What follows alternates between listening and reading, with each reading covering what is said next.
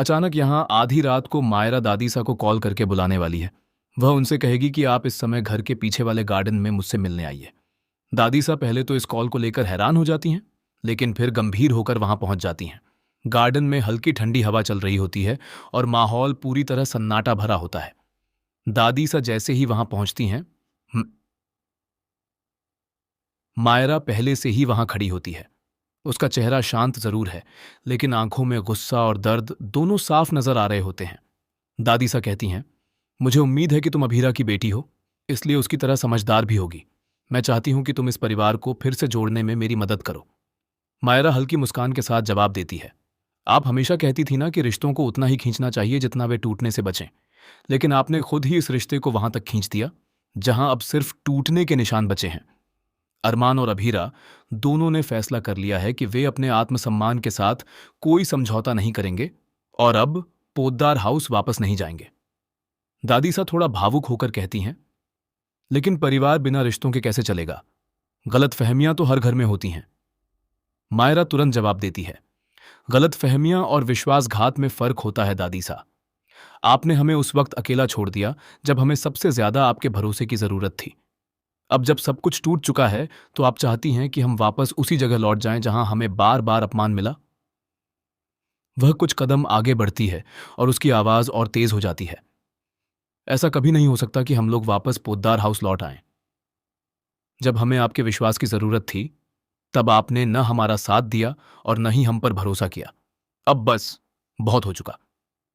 दादी सा कुछ कहने ही वाली होती हैं कि मायरा उन्हें रोक देती है, लेकिन मैं यहां खाली हाथ नहीं आई हूं। मैं आपको कुछ ऐसा देना चाहती हूं जिसके बाद आपको खुद समझ आ जाएगा कि असल में उस दिन गलती किसकी थी। इतना कहकर मायरा एक पेनड्राइव निकालकर दादीसा के हाथ में रख देती है। दादीसा चौंक जाती हैं। ये क्या है? मायरा गंभीर होकर कहती है, यह वह पेनड्राइव है जिसमें दिशा बहू की सारी सच्चाई कैद है। वही दिशा जिसके कारण आपने हमेशा अभीरा को गलत समझा और उसे हर बार नीचे गिराने की कोशिश की, जबकि सच यह है कि इस पूरे खेल के पीछे वही थी।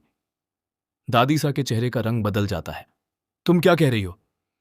मायरा जवाब देती है, मैं वही कह रही हूं जो सच है। इस परिवार में जो भी गलतफहमियां पैदा हुईं, उनके पीछे दिशा का बड़ा हाथ था। उसने हर बार खुद को मासूम दिखाया और दूसरों को दोषी बना दिया।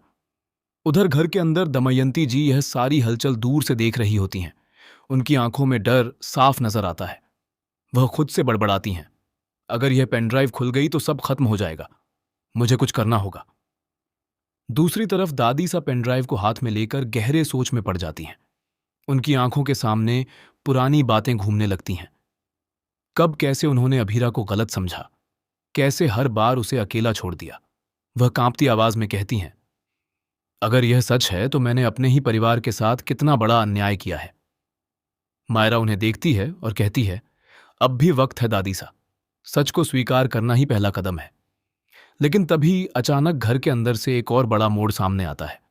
जैसे ही दादीसा पेनड्राइव खोलने का मन बनाती हैं, पीछे से किसी के कदमों की आवाज आती है और वहां खड़ा होता है अरमान। सभी चौंक जाते हैं।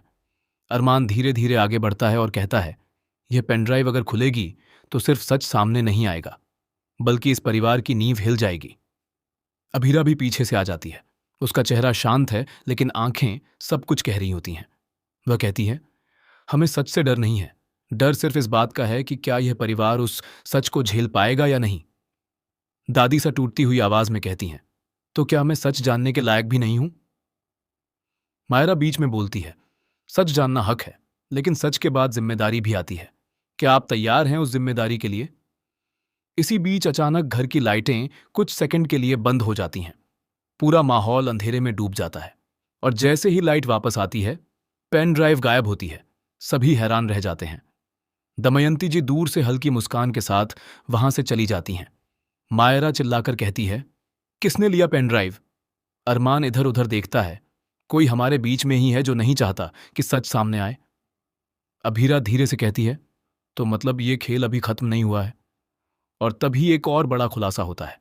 दादीसा के फोन पर एक अनजान मैसेज आता है, अगर सच देखना है तो पोद्दार हाउस के बंद कमरे में आ जाओ, अकेले।